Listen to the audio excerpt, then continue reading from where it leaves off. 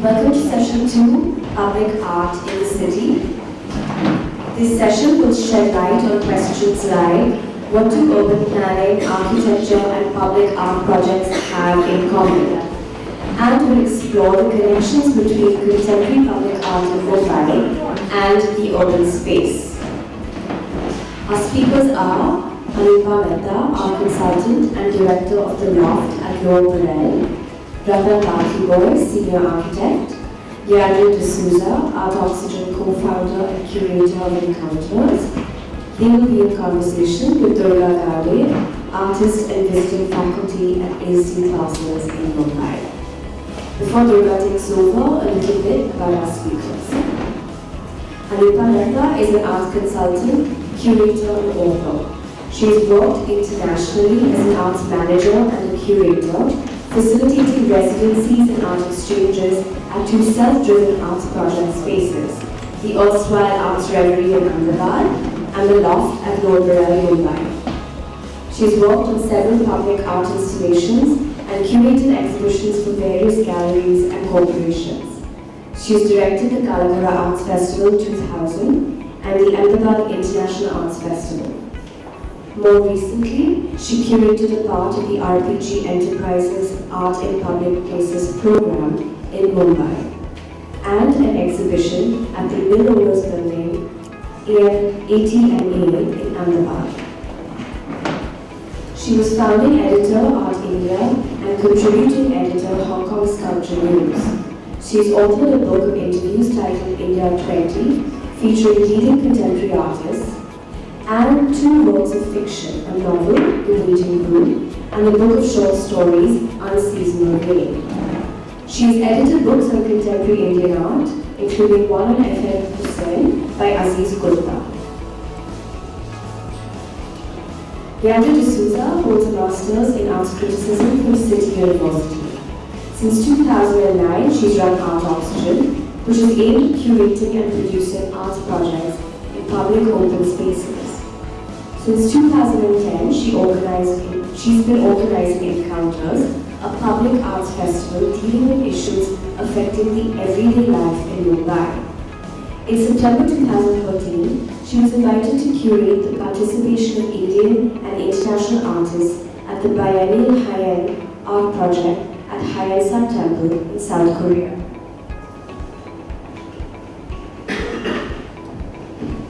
In 2014, she received an award for Culture and Change bestowed by the Prince Claus Fund for Culture and Development, which enabled the production of Encounters 2015.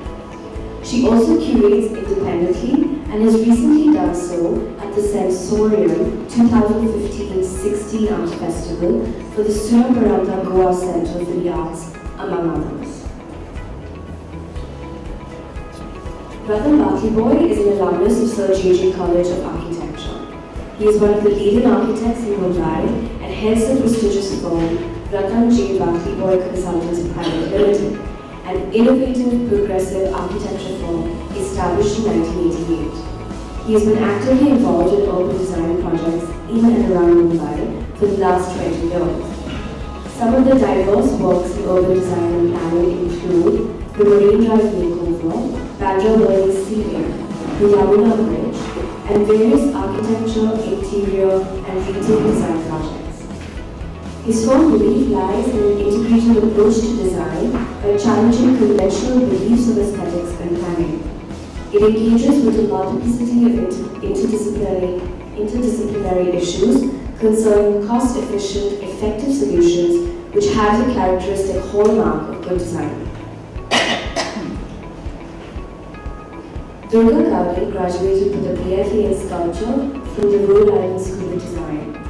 Her artistic practice is informed by an understanding of life through the congruence of investigation of the self and biological forms. She enjoys sharing her creative skills with the world through dialogue and demonstration. Through her practice, she aims to nurture and challenge the creative thought processes of individuals from various fields and age groups. Welcome to our panel. Welcome to you, Durga, and over to you. Thank you, Evan, for having me. It's a great honor for me to be here today with such amazing people. And well, let's start talking. Okay, so art in public art in a city. Well, I wanted to start this conversation with a very iconic artwork, which is The Cloud King by Anish Kapoor in Chicago. And this is an artwork that doesn't really need an introduction. Most of us here have seen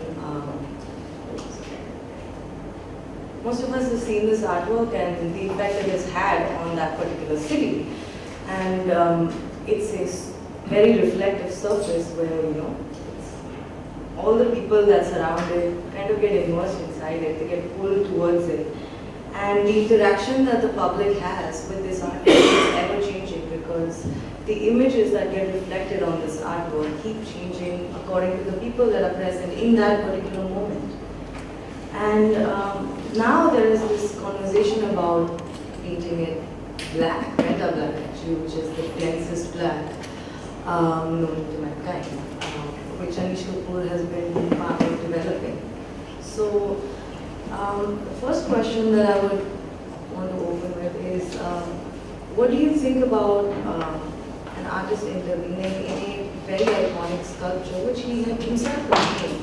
And the city has kind of asked him to do it, but at the same time, changing its complete identity, being like a reflective surface to a non-reflective surface, going from an immersive object to an object that you look at and that you observe. So this question is open to all three of you. And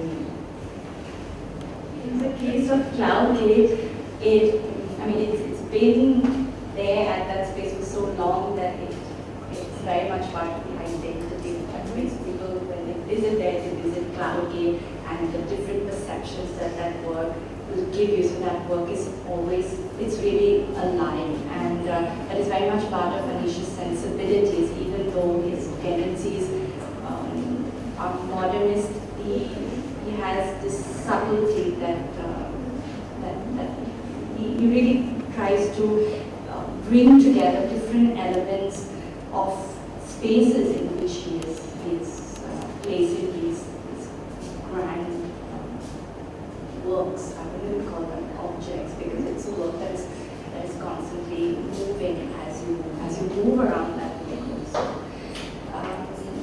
painting in black, given his, he did do last year this work at the Versailles in the open house, Mr. Queen's Vagina, and there was some locals that had vandalized that piece, and the organizers they went quickly and they wanted to clean it up, but he said no, let it be, because maybe this is either a new form of the work. So this is an artist who knows what it is when you're working in a public space, that the work is most likely to be maybe changed a little bit, vandalized, disrupted, and he allows for that. So maybe making this painting in black, I don't know what his motives are.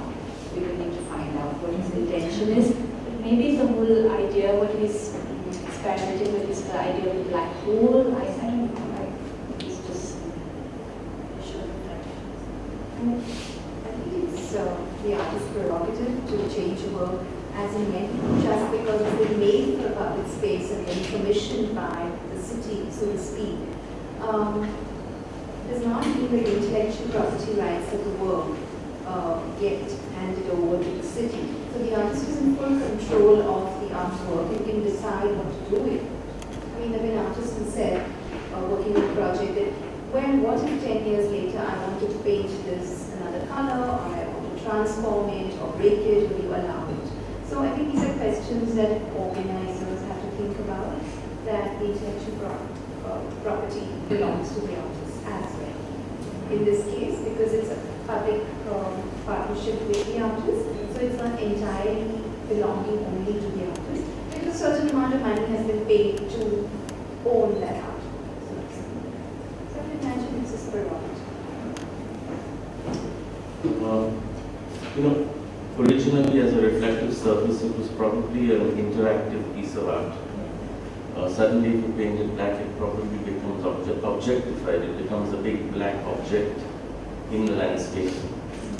This is I think prerogative of artists, like we say, but certain pieces of art pull you towards them, certain pieces of art push out a message, certain pieces of art allow immersive, and certain pieces of art are interactive. And it's very difficult to sort of put art in a box. And as per city art, I think it has to do with all of this. It depends exactly, like the first panel talked about what's the purpose of city art. And to answer that, I think every piece of art will probably have a different purpose. And of course, everything else that went through it. Thank you. So, this brings to a question to my mind: what is the artist's responsibility when he is thinking, or he or she is thinking about a public project which has lasting effects? It kind of leaves an impression on the history of the city, the architecture of the city, the way people are moving around in the city, how people who visit the city experience the artwork, experience the architecture of the city, and how that changes. What do you think about? What are all the things that an artist needs to think about when they think about making public art? Well, also taking on from what the earlier comment was, and in fact, yes, responsibility, but also what is the dialogue between the different stakeholders, so the organizers who are commissioning that piece, the artist, the relationship to that space, and also when you're placing a work, it's in a space that is urban, I wouldn't call it public, an urban space. There are different dynamics that you are dealing with as an artist, so you're not functioning anymore from your studio, but there are certain complexities that you need to be aware of, and so that in that sense, yes, responsibility is one of the criteria. So, in the earlier panel, there was a reference to Jeff Koons' puppy that was placed, and there were people who took offense to that work. And this is one critical aspect also of contemporary works being placed in open spaces, which really have no relevance to that space. It's literally an object it could be an object in a museum, in a gallery, it's just placed outside. And that is when responsibility becomes important. And then also you question who is commissioning these works, why are they commissioning, and why it has been sanctioned. And then the artist will just do what he's been asked to. Depends also on the project, depends on the circumstance. I think primarily one of the things we tend to overlook the fact that, as Para mentioned earlier, who is the public. I think it's also a question of definitions, and then those definitions lead to accountability and responsibility. That what is public space, who is the public, who are we talking to, and the artist needs to also engage with that public, so to speak. Often, public art projects or art in public spaces projects are curated in isolation of the public. So I don't know as many efforts where an object hasn't been imposed on the public, and I think it becomes the artist's responsibility to have a conversation, a dialogue with the surroundings, with the neighborhood, with the people who live there, with what is the engagement of the people, the public, with that artwork. I think that's primary responsibility. If the piece of art was the focus of the place, then the responsibility would be different. If the piece of art was an embellishment to the space, probably the responsibility would be different. Architecture is responsible because it's there to stay and it's almost permanent. Art has this lovely quality that can be temporal and come in and get out. It can be an installation that lasts for an hour, or it could be something that would last till the ice melts, so to speak, or whatever. So, we could go on and on about social responsibility, we could go on and on about aesthetic responsibility, we could go on and on about guiding the public in terms of awareness or educating the public in terms of finer things in life. But one has to realize that in an urban space, I think art is probably on the lowest agenda of people who work and live in that space. And that's unfortunate probably.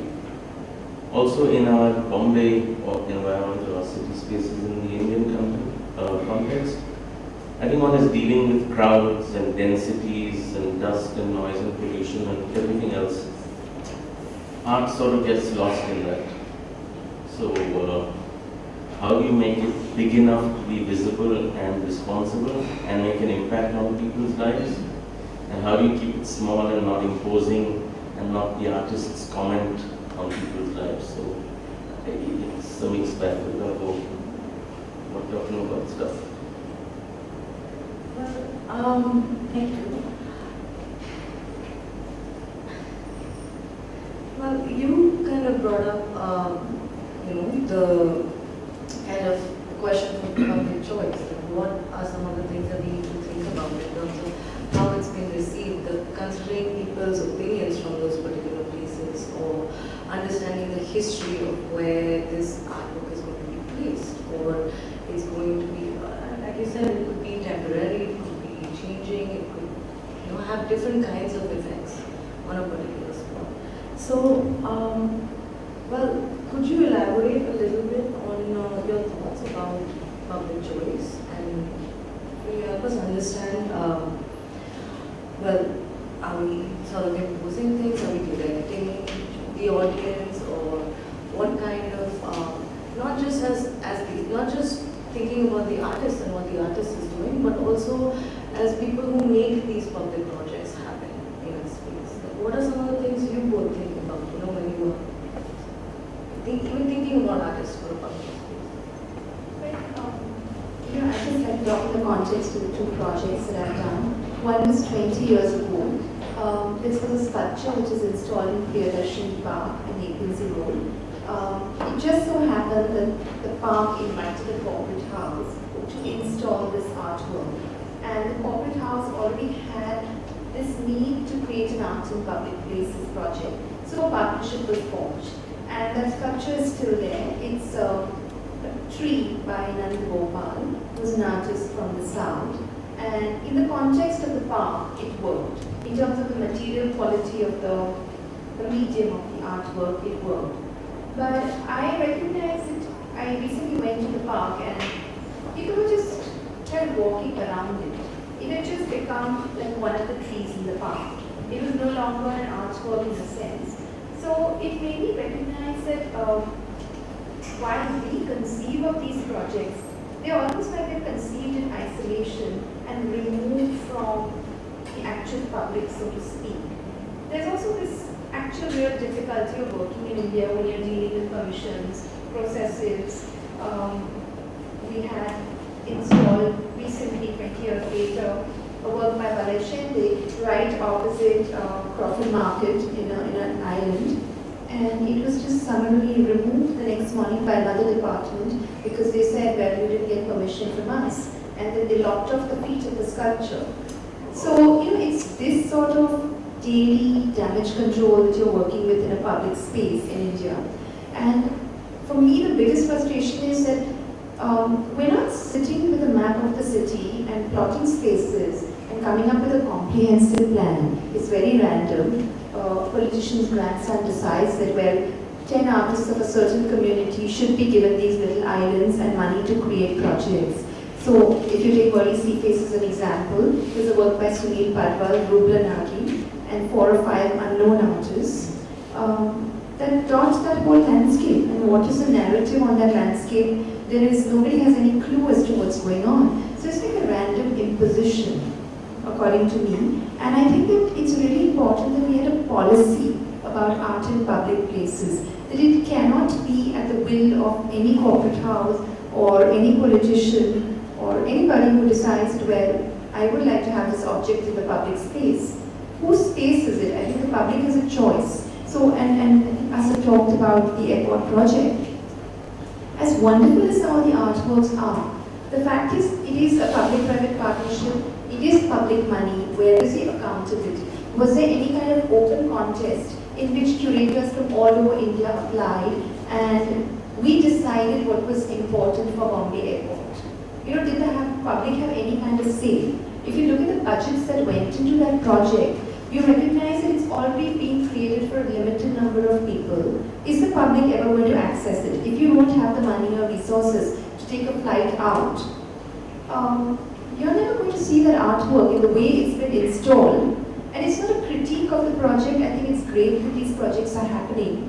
But if you're going to walk into the city at 3 a.m. or 1 a.m. or whatever it is and go out, and you're going on these travelators where the art, as somebody said, is right kind of knocking into your nose, how are you even going to look at it? Is that airport going to be accessible to the public? Probably not, because of security reasons. So I think we really have to question what we are doing when we say we're intervening in public space. What is it that we are trying to do with the kind of public art projects that we are creating? And look at the language of those projects, look at the vocabulary around it. Most of our conversations are in English. Look at the number of people in this room. You know, it's really, we are preaching to the converted. So in a sense, I think there has to be greater responsibility that if you're intervening in a public space, what exactly is your agenda? And that's a question I'd like to Could you elaborate on that question actually? Our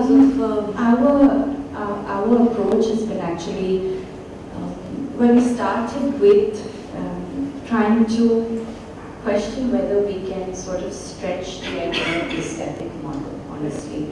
And we started with really an experiment to see what would happen if we relocate the process of production of the work. So you shift it from the studio to this urban context. So it's a space where we have little control, where artists have little control, where the work has little control, and where you have to start negotiating with the different publics, officials, permission bodies, daily locals, visitors, those who live at that space. So we have been sort of researching, and also through practice, what is happening to the work, the form, what is happening to the artist, and what is happening to the audience that is engaging with the work on different levels. So the level of engagement, we always talk about awareness, or the public is not educated, but in fact we start from a premise that everybody has knowledge. How we use that knowledge differs, and how the work, through the work, or this engagement with the work, how it can become the starting point for something much more critical. So where, if it's a participatory work, if it's a community project, how is the artist, the work, and the audience or the viewer looking at different approaches to making of that work? Just trying to get really into the processes that we are using in our practice, and from the different material that we are getting from the different projects that the artists are doing year after year, and also to see how the work itself, the object, we don't even call it the object anymore, it becomes a work really that starts to split open when it comes into this space. So that is really much where we are coming from. And I kind of answered or didn't, or just went on my own tangent, but let me kind of direct this question to you actually. Well, being an architect and working with the government, right, in terms of yeah, I don't okay. So with some of the projects that you have done with the government, like that project or the civil project, this question of who's regulating all this work that's coming, sort of popping up in different parts of the city, or I just want you to elaborate a little bit on what has been your experience in terms of bridging the gap between a creative kind of approach towards how you're influencing the city, and how the government, does it resist? How does it sort of all work? for you? You know, I'm going to talk about my favorite, which is what the intent is, what the inception is, and what the execution happens. Okay? So the intent may be purist, it may be aesthetic, it may be social relevance, it may be everything. By the time it goes into inception, it's probably converted into, you know, so let's do something else. And by the time it's executed, it's like, hello, there was a budget for instance, lighting, forget about art. And we've gone way over the budget, so now there's no budget for lighting, forget about art. That's one sort of way of looking at it. The other way of looking at it is when you're talking to bureaucracy, they're on the fence, okay? They're worse than politicians sometimes. Because politicians at least have a shameless intent of saying, hey, it's for political gain or votes. The bureaucracy is waiting to see whether the politician is going to drop off the next elections or continue in the next elections. But projects which are successful, like Marine Drive for instance, is because there was alignment of political will, bureaucratic will, and the will of the public. If three of those guys are aligned, and that's really the entire stakeholder profile, then nothing can stop that project. When one of them starts wavering or changing their minds or getting selfish about their intent, I think that's when projects fail. You can talk to a bureaucrat and say the politician has suggested that we do this, and he'll say, okay, fine, it's passed. You can talk to the public saying the bureaucrats are ready to do this, so would you like to do that? Okay? It's really how you're playing this triangle of this structured triangle. And the easiest thing for any of these people is to say no. So if there is something that one public body wants, another public body being activist can say no. If there's something that a bureaucrat wants, the politician can say no. So this no game is really why Bombay is where it is. This no game is really why we're all suffering many, many ills of living in this city.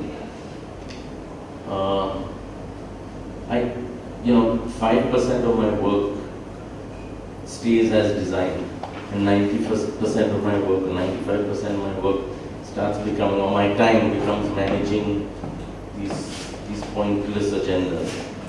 And that's when you realize that you're either working 10 times harder to see that what you want gets done, or you sort of leave it up to whatever is going to happen, in which case we get policy place, for example, or anything that a private body with influence can probably see that it happens to public. So how do I handle it? I've learned to handle it. It's practice actually. I think you brought up an interesting point earlier, saying that art is kind of the last thing on people's mind when they're in a public space. It's not their priority. So,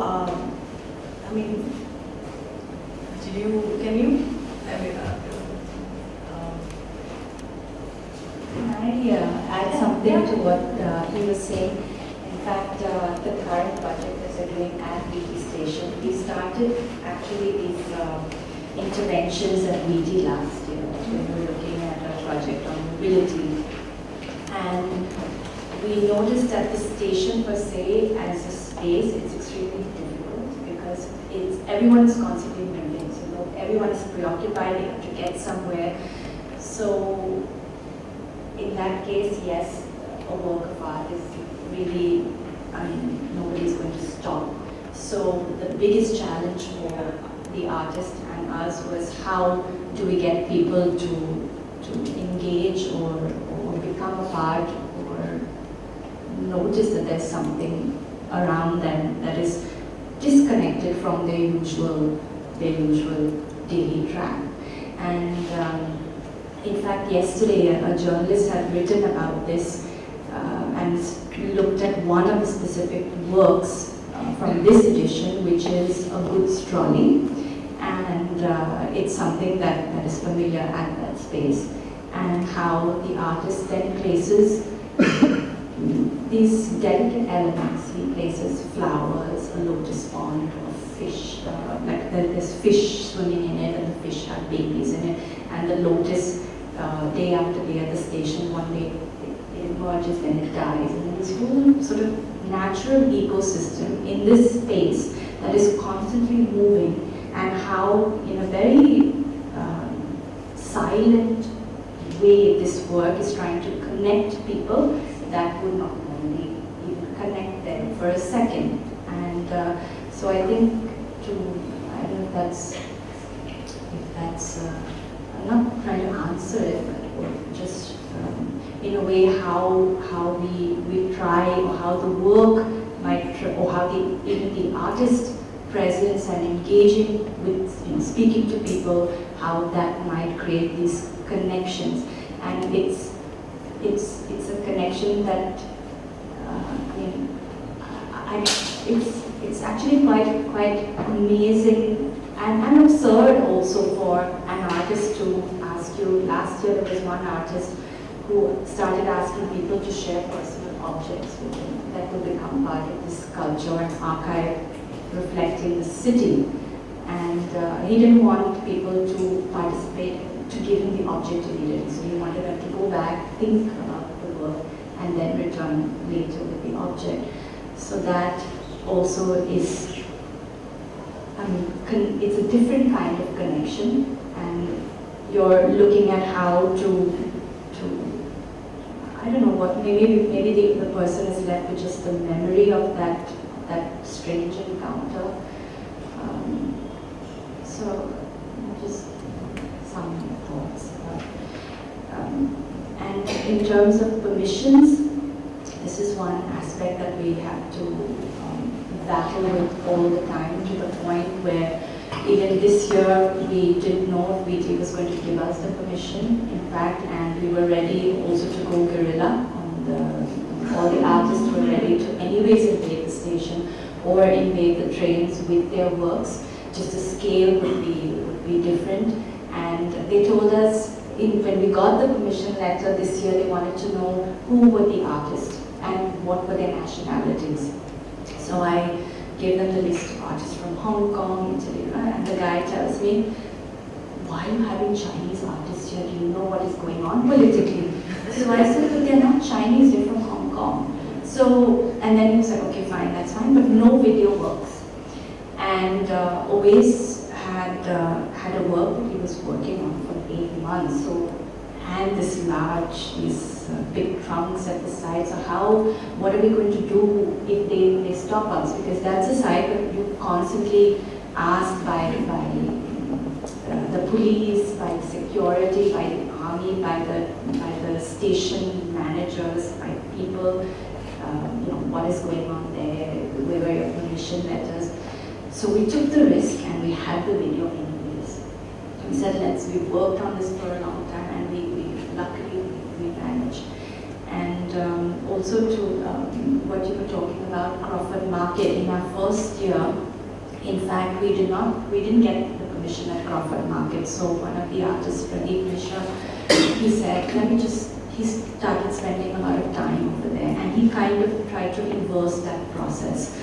And he developed relationships with different animal vendors there, and he created a work where it seemed like it became their project. So even though we didn't manage with the authorities and the different stakeholders in that area, we managed to do the work anyways through the different approach or strategies that the artists can use. Just going back to the VT project. Okay. Maybe 20 years ago we did this project at VT, and we inaugurated it at the JJ School of Architecture. And that was the classic wine and cheese, kissing in the air sort of art community. And we took that community technically walking from JJ College of Architecture down that VT road, of course no traffic, sometime late at night, into VT to experience it. And some of the people who actually went from the wine and cheese to the VT installation, sort of got a sense of what the city was all about, really trying to negotiate those footpaths. And the others, of course, got into their Mercedes and landed up there, and art from here to art from there, and art was the only focus. But if you tried to open their minds, and this is the art community I'm talking about, the art appreciative community, to what is actually really happening on the ground, the Mercedes ride was the escape, okay, from piece to piece. And the people who physically experienced that walk vowed to do certain things, and it wasn't about the art at the end or the party in the beginning. It just dramatically converted their point of view. So it's also a question of who we are addressing and how we are sensitizing. Like we were talking about, you just sensitize people culturally, you sensitize people to other people. We do a lot of work on railway stations. We've done like 70 odd railway projects, and one of the first few railway projects we did in Mumbai was, I'm talking 25 years, 28 years ago probably. We left these large canvases, so to speak, in architecture for artists to come in and experience and expose their art, contemporary artists, in railway architecture. And unfortunately, we lost the race because the government or the client decided to get local artists or rural artists or tribal artists or whatever the popular flavor of the day was in those days. And we landed up doing permanent installations of bullock carts and farmers and bulls in the field as an art expression for a contemporary railway station. So you can go right or you can go wrong depending on how the authorities really look at you. And who is it? Who are we to say that this is the right way to do it, this is the wrong way to do it? I think we're 1% or point something percent far removed from reality. And we're trying to impose, or are we trying to impose our points of aesthetics to a culturally or to an aesthetically bankrupt sort of population? Is it fair? That's really the point of question I'm asking on this one. Well, I guess then a question arises about coexistence, right? With all the diversity that is present in the country, in terms of not just the populace, not just the people, but also in the way the systems work. And you mentioned, all of you mentioned, that we are constantly navigating through a system where there is constantly changing, you have to take permission from one person, another authority, this authority, that authority, and no one's ever really clear till the end, till it actually happens, when the project is completely executed. Whether it's an architecture project, whether it's an art project, whether it's any project. So there's constantly surprises that are thrown your way. And I guess what are some of the things that that you do to deal with those surprises, in the sense that not just not just keep sort of going back and asking for permissions, but like you said that some of the artists thought that okay, we just do it without the permissions, or but in terms of like a big project like the railway station, or even something temporary that goes on and it sort of leaves after a while, or leaves memories. So what kind of things does an artist really have to think about, or you have to think about in terms of how do you help the artist navigate through all of that in terms of making a project? See, even if there's always the possibility or the risk of never not getting the adequate sanctions, we always try to get it, because for us it's important to have or develop these relationships. So it's always been part of the process, and not just my process, also getting artists to become part of that process. So it's not like the artist will send me a proposal and say, deal with it. They are also very much involved in getting these different sanctions, trying to develop or understand these spaces, who is using them, maybe they can find different approaches to the work, so that it's important, because the city itself is a shared space, and we want these different stakeholders to recognize that there's some value here. You know, there's some value in people suddenly, watching a video on Three Rivers at a station, or sitting and praying in front of his lotus pond, or being part of this radio broadcast that was done in the first week of our project in October, where this artist hijacks the frequencies and has this live radio broadcast at the station. So, creating this yes, there's something happening here. People at the station are engaged. It's something different besides a daily nothing. So. No, just wondering about coexistence. How do you? Yeah, and so that's one aspect. The other aspect is we never know really how a work will be received. Will anybody take offense? Will they reject it? Will they force us to stop it? And in some cases we have risked where the work was we were forced to stop it because a certain group of people asked us to stop it because they refused to believe that this was an artistic performance, and they thought that the artist was actually a civil engineer that was marking a space for them to be evicted. So there is that also that blurring of what is happening to the artist also in these spaces. Just going based on experience, I think it's kind of confusing for artists when we know that there's an absence of rules, guidelines, that this is what you can do and what you can't do in a public space. So it's not like it's a us against them situation. We would be happy to collaborate with the government, with the municipality, with whichever heritage committee it is. But there doesn't seem to be any kind of comprehensive or consistent guideline for any kind of coexistence to take place, So you're constantly at loggerheads with the agencies. So instead of coexisting, it's becoming almost like a daily fight. And that's what is tragic, because whether it is the guy in charge of commissions, or whether it is a corporate or it is the artist, we're all trying to contribute something to a public space. So I think that it would be, if we could at some policy level come up with maybe a draft outline for art in public places, that what exactly can be done, how much can we intervene, what are the kind of, can we have committees which can approve or disapprove certain interventions, We don't have any of this in place. There's the Urban Arts Commission in Delhi that tries to establish policy.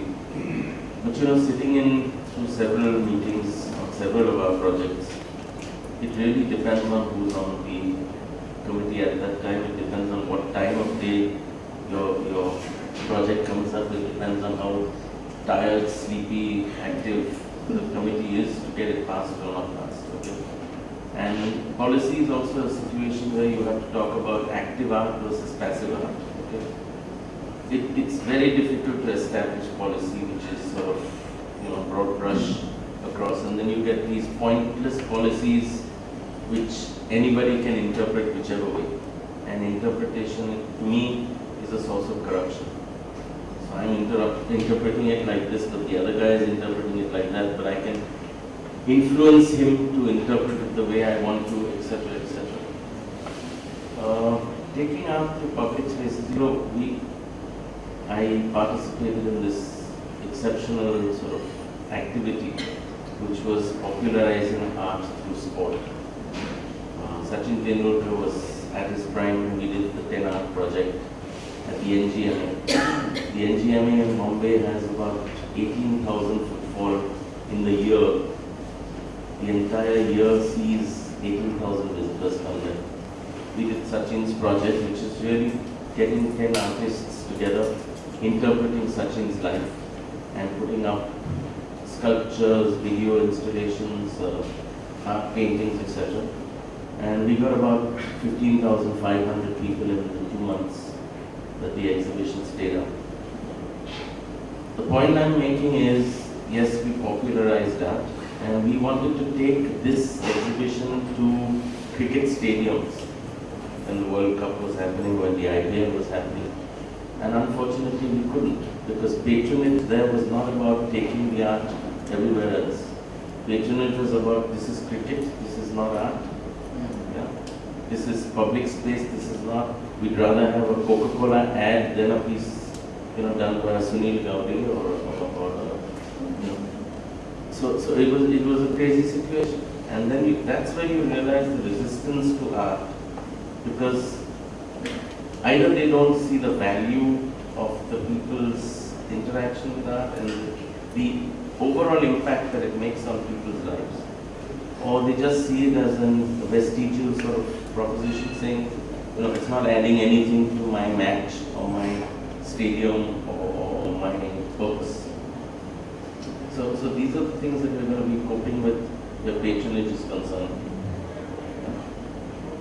And I think it's also because today, this is the major issues, right, with art, that it has been, or it's projected as being removed, secluded, and when and this is one of the main questions that we're actually facing, that it's not isolation, it has a function, and that if we say that art is autonomous, what kind of autonomy is happening, it's just one-sided. So that's the reason to bring it, give access of art to a public that is unrestricted tendencies for the state and whatever form. Thank you. I'd like to. Do you have to the audience? Sorry. Do you have any questions? I know this is not specifically public space, but my question is, I guess for passive art, as you were mentioning, where do murals on buildings come in? You say in New York, you say in Philly, in the kind of city that's burgeoning with construction. You have the Royal Opera House that's just reopened according to how it was built 100 years ago. You have Satan's Hospital not following the aesthetic of Parade Drive. You have Ryan's house popping up on Cutter Road. It's not public space, but it's very much in the public eye, like the Worthy art, or Worthy Sea-based art that you were talking about earlier. What role does that have to play in such an urban space? And how could that maybe come up in a city like Mumbai? So this is a classic situation where we have a policy in place. There are strict guidelines, there are strict norms and rules that one follows, and we still come up with buildings like that. so this is also clearly what I'm trying to say in terms of interpretation. Yeah? How I interpret my modernist architecture versus a sci-fi hospital which wants to go back traditionally or try and emulate some period in history, or just be a landmark on Journey Road. So I don't know how to answer this question in terms of, is there a rule? Can you stop it? Can you do murals? We have this beautiful building at Montreal, the life insurance building. It's a beautiful stone building done in the 50s or 40s or something like that. The guys had painted the stone white with a blue stripe because they thought they needed something for that. And this was a beautiful Malad stone, creatively done building of that time. Who do you slap?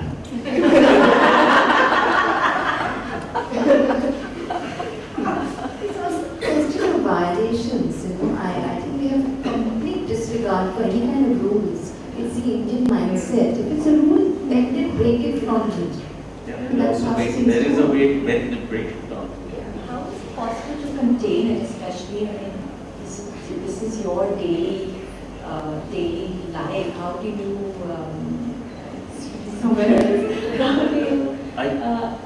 is there a way to control it? Is there a way to Well, two basic rules is no expectation and extreme tolerance. And you have to keep plodding because you know that your intent is clear. So you just keep doing it over and over and over and over again, and suddenly 1% starts listening to you, and then you go to conferences like this, and 30 people are listening to you, and what I'm saying is that it's how do you deal with it? It's extremely frustrating. It's more frustrating for my guys in the office. There are like 120 guys who are looking at you and saying salary. And you're saying, yeah, but the government hasn't paid. And how do you keep them on track, purposeful, saying that you're doing a bigger thing, saying that you're impacting 7.5 million people who travel on the train every day in Bombay? How do you prove to them or talk to them or keep them motivated in terms of being alive to the fact that what you do is going to impact the traveler's life? That's become the focus. For that matter, when was the last time, when I read about this project, realized the last time I sat in a train was in 2008. So how removed are we from our own public spaces? It's a serious question to ask. It's okay to talk about art in public places, but how much do we engage with public space? For most of us, it's like, oh God, the streets are too dirty to walk. Let's get back into our cars. And that's the reality. I think that the questioning needs to start here, and not look out there so much. I think all of us as people who reside in a city are responsible for public space and the decisions that get taken around it. I often ask myself, so if Burli Seaface's narrative is disturbing me, do I have any kind of power to do anything about it? So there are various things that come up. Is one really going to stick one's neck out and say, look, can I fight for a policy? Can I do something that is more comprehensive?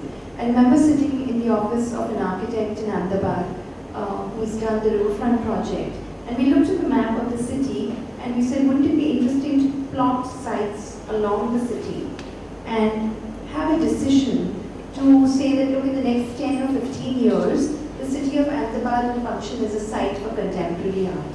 And the question came up that, why contemporary art? So there was no answer for that, after a point. So I think these are really serious questions that need to come up, and we need to ask ourselves that, who are we talking to? And who are we doing all this for? Hi. See, my question is from the point that our architect brought up, that bureaucracy, politicians and public, that's a triangle, and when we have to have them on the same page, which is very much difficult.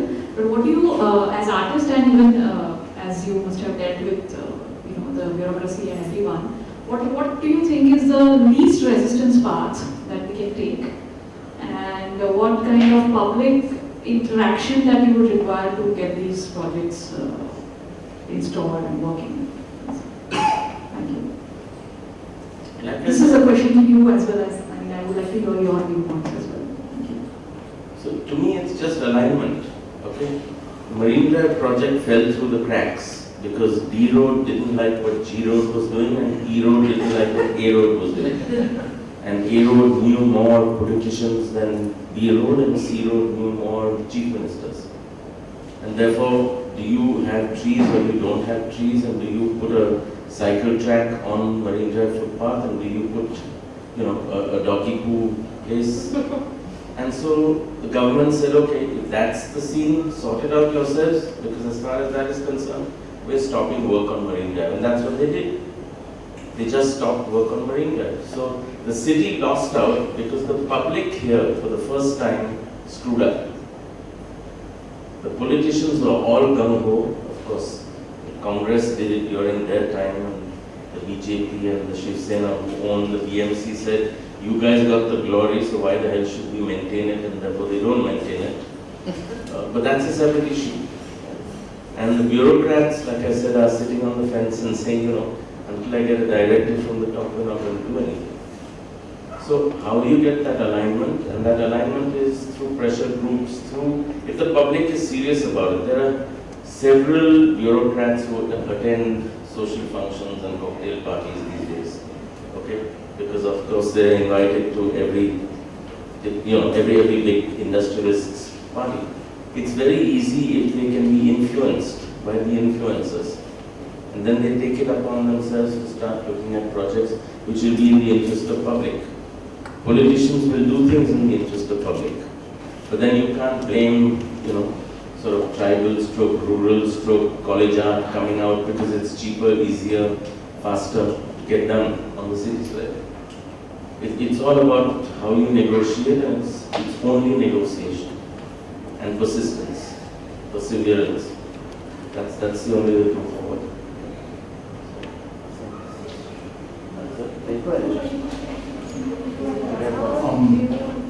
I have one question for Anupa. You have mentioned the project in Hyderabad, why contemporary art, and you also were thinking of a possible committee to kind of regulate or have keep an eye on what is happening in the city. Which brings me to I'm co-founder of ArtOxygen, which brings me to the reason why we do what we do. What is troubling for us, and therefore is interesting, is how public art is intended as a permanent object, sculpture, painting, mural, which is there forever, which is intended to be aesthetically meaningful or good, or intended to reiterate an identity, highlight a belonging. All of that is troublesome for us, in the sense that we never have a clear answer. So what we're trying to do is to shift from that objectual nature of the artwork and make it more fluid, and make it more engaging, where also the artist doesn't really have complete control, a clear clue of what is going to happen, because what is going to happen is part of the work. Which brings me to the question of what is the function of contemporary art in Hyderabad. So why should contemporary art be meaningful?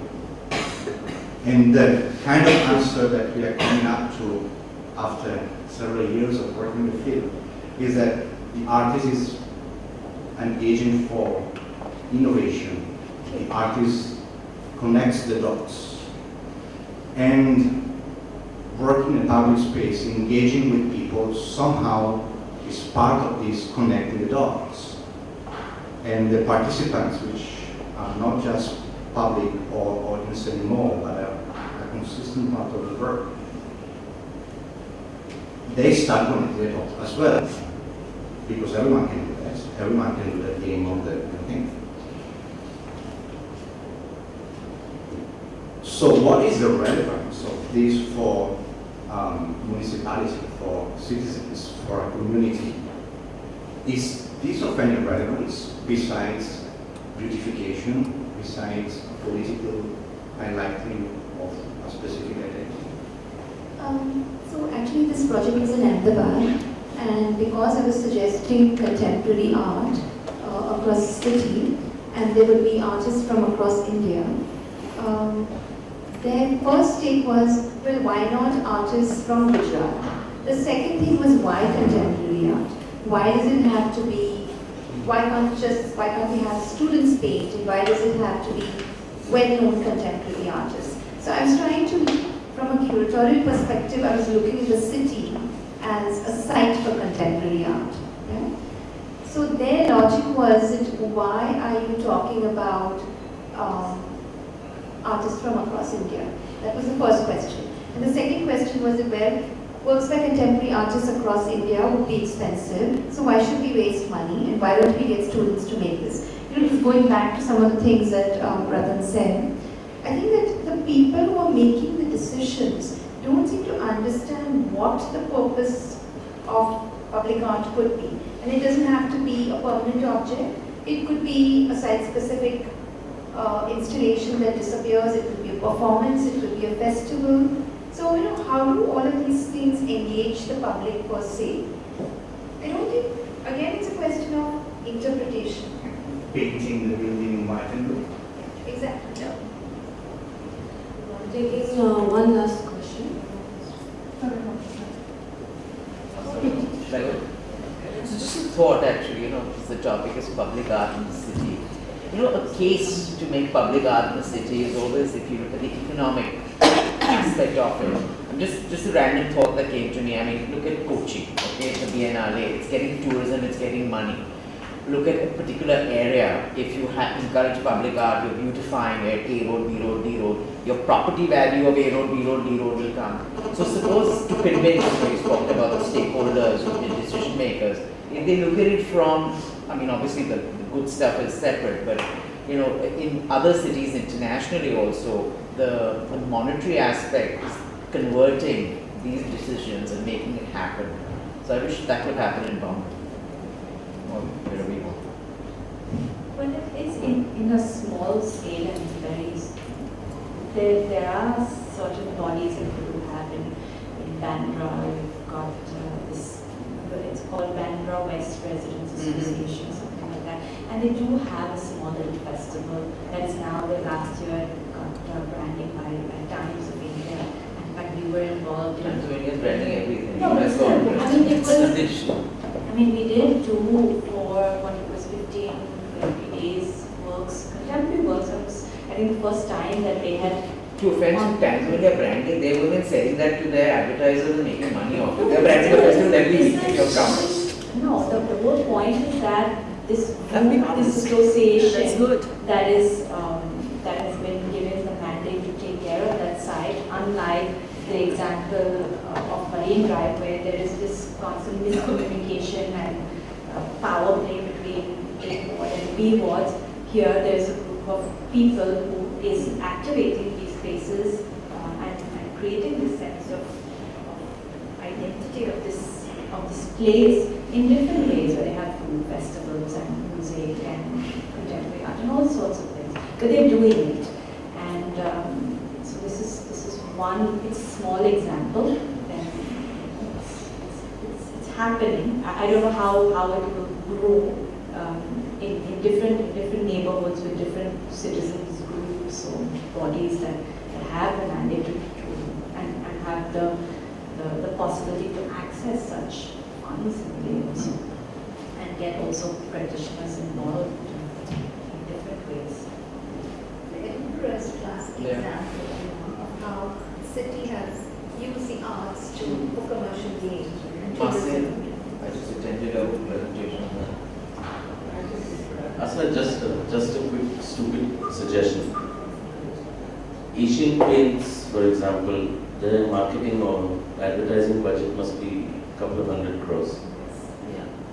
If they used 1/3 of that and painted large tracts of Bombay, would that not be a bigger advertisement for Asian Paints than putting up hoardings or stuff like that? How do you show the corporate that there are other ways to influence public? Yeah. Of course, given the opportunity, they'd probably get 3 artists to decide what colors to paint a certain place and to go red, pink, blue, purple with red, yellow dots. But the point is that that's where the art comes in or whatever. But in Calcutta, the political party there is encouraged to paint white and blue, and then they get a tax rebate for their. Yeah. And everyone's starting to paint their buildings white and blue. The moment is the last thing something to say. Just one last. Well, I want to share an experience that I had when I was making my rounds to the municipality when I was trying to put up a public project. I would like to say that there is, and I was working with these engineers to begin with, the other guys who have signed first, but they have the intent. They do feel that they are very committed. They feel that the city must have public sculptures. What their concept of public sculpture is different from ours, okay? So the places we have for public sculpture is just the islands. You should know, you know. So just that island. So the thing they would say, there was the same place where Sunil Padwal's sculpture is there. They had a mermaid there. Yeah. right? So the first thing we were discussing, and they said, "Kaitari karane te remove kara." So the idea of public sculpture is like kaitari theva, So it starts from there, actually. So I would like to say they have an intent, but they just don't know how to go about it. Probably it's a question of interpretation, isn't it? Exactly. And the space where you were talking about the Worldly Sea face, that they can't touch because the politician's son has actually put that in, so they cannot touch that. So they also want to do something over there, but they cannot. So that's the situation we are in right now. Has anybody approached Aditya? We can help you organize that. And what was his reaction then? He said, yeah, sure. And that's where we stopped. And that's where we stopped because we know that sure. No, they had a sit-down meeting, like RPG had a sit-down meeting with them. And eventually he said, no, and it went to Omkar Builders. That's the other one, that other ground. Yeah. But what the BMC guys told me is, इसको थोड़ा सरकेंगे और वहाँ पे लगाएंगे, that kind of, but they can't remove that guy. Their job is accommodation. They said, यहाँ पे लगा दो, but. And 3 pieces of art is better than 1. And why are we complaining? Because we're saying we need to propagate and produce. What you're saying about the corporate, like we talked about Asian paints, but the other day I met an artist. She was a French artist, in fact, and she was showing me some project she was doing with a company in France, which is, I didn't know that in France, in Paris, they have a large community that these people that are living on the streets. Yeah. For years and years, they've been living on the streets. So this artist has been working with this company to invent these prototypes, these kind of living islands, they're calling it, where they're creating these homes that will be then in use. It's a different kind of public project, but this is, right now we're talking about really battling in these spaces, but when will corporates or governments really understand how this can evolve into something far more greater than just showing art pieces and But Usha, one of the things you mentioned was that the intent is there. So perhaps it's the onus is on us to have this dialogue and take it further and expose people in the decision-making areas to what are the possibilities. Yeah. I had gone there once just to have a conversation with them, and I had an appointment. When I went to the BMC office, there were like 150 people from the street sitting there because their houses were broken by the BMC. So I looked and said, what am I going to discuss about? This is more important than my art. There are bigger issues. There are bigger issues in this city. So I'm not being pessimistic, but I'm just saying there are these realities actually. Anyway. Okay, with that, we really need to break. Thank you to our panel for whetting our appetite on public art, and